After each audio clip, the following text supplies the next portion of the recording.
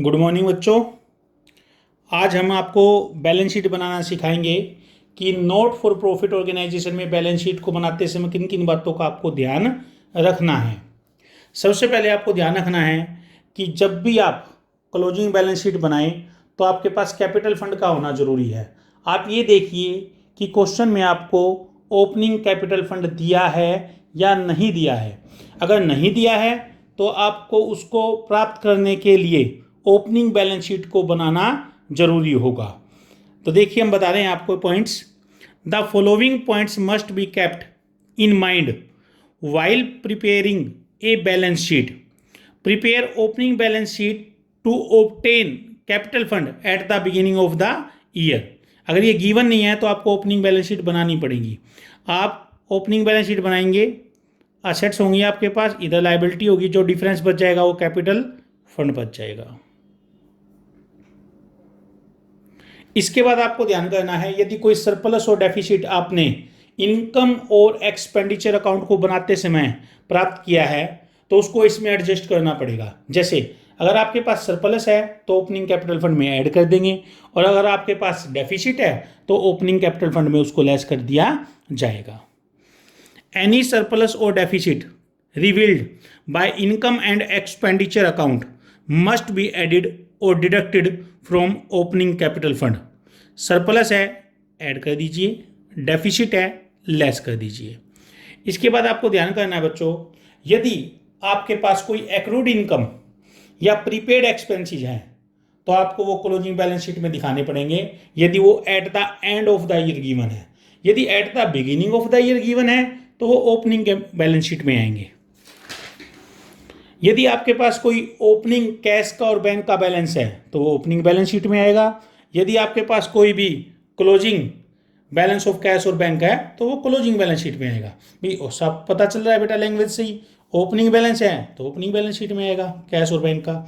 यदि closing balance है तो कैश और बैंक का वो क्लोजिंग बैलेंस शीट में आएगा। अब हम मेन पॉइंट की बात करने जा रहे हैं बेटा।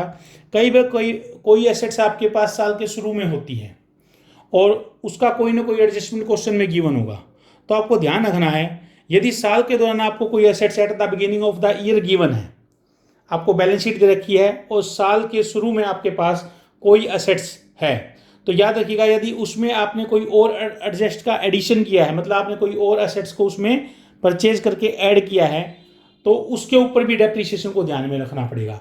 जैसे साल के शुरू में कोई एसेट्स है, अगर आपने वो साल के दौरान बेची नहीं है तो उस पर पूरे साल का डेप्रिसिएशन लगेगा।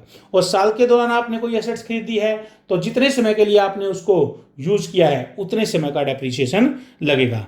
इसके लिए आप नॉर्मल बात समझ सकते हैं, अगर कोई आपके पास एसेट्स है साल के शुरू में और आपने उसी से रिलेटेड कोई और एसेट्स परचेज की है तो आपको उसमें ऐड कर लेंगे। और यदि कोई सेल की है तो उसकी बुक वैल्यू को आपको लेस करना है, और यदि साल के दौरान कोई डेप्रिसिएशन आपने लगाया है तो उसको लेस करना है। जैसे ओपनिंग बैलेंस ऑफ एसेट्स ले लीजिएगा, उसमें कोई आपने एसेट्स को परचेज किया है तो आप उसको लेस कर सकते हैं, ऐड कर सकते हैं। यदि कोई डेप्रिसिएशन है साल के दौरान तो उसको लेस कर सकते हैं, और यदि कोई सेल आपने की है तो बुक वैल्यू के ऊपर आप इसको लेस करेंगे और जो बैलेंस आ जाएगा ये क्लोजिंग बैलेंस शीट में लिखा जाएगा। यदि आपने किसी भी एसेट्स का कोई पार्ट बेच दिया है या आपने कोई भी एसेट्स पूरी की पूरी बेच दी है बेटा, मतलब कंप्लीट बेच दी है, तो उसका जो सेल प्राइस होगा वो आपको रिसीट और पेमेंट अकाउंट की डेबिट साइड में मिलेगा। अब आपको पता है आप कोई भी सेल करेंगे, चाहे वो आप किसी एसेट्स की सेल करते हैं या किसी आइटम की सेल करते हैं, तो वो रिसीट्स अकाउंट में आएगी, रिसीट्स और पेमेंट अकाउंट में आएगी बच्चों, डेबिट साइड में। आप एक चीज़ का ध्यान कीजिए, बेचने पर जो प्रॉफिट और लॉस होगा वो रिवेन्यू आइटम है तो उसको इनकम और एक्सपेंडिचर अकाउंट की डेबिट या क्रेडिट साइड में लिखा जाएगा। याद रखिएगा बेटा कि असेट्स के बेचने पर यदि कोई प्रॉफिट होता है तो वो इनकम और एक्सपेंडिचर अकाउंट की क्रेडिट साइड में जाएगा, यदि कोई लॉस होता है तो वो इनकम और एक्सपेंडिचर अकाउंट की डेबिट साइड में जाएगा।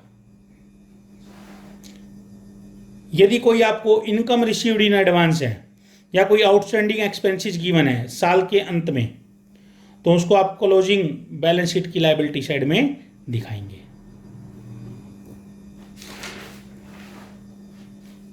कुछ स्पेशल कलेक्शन होती है बेटा जो नॉन रेकरिंग नेचर की होती है, जिनको हम डोनेशन फॉर स्पेसिफिक पर्पज भी बोल देते हैं, उन सभी आइटम्स को आपको बैलेंस शीट में लेकर जाना है, न कि इनकम और एक्सपेंडिचर अकाउंट में।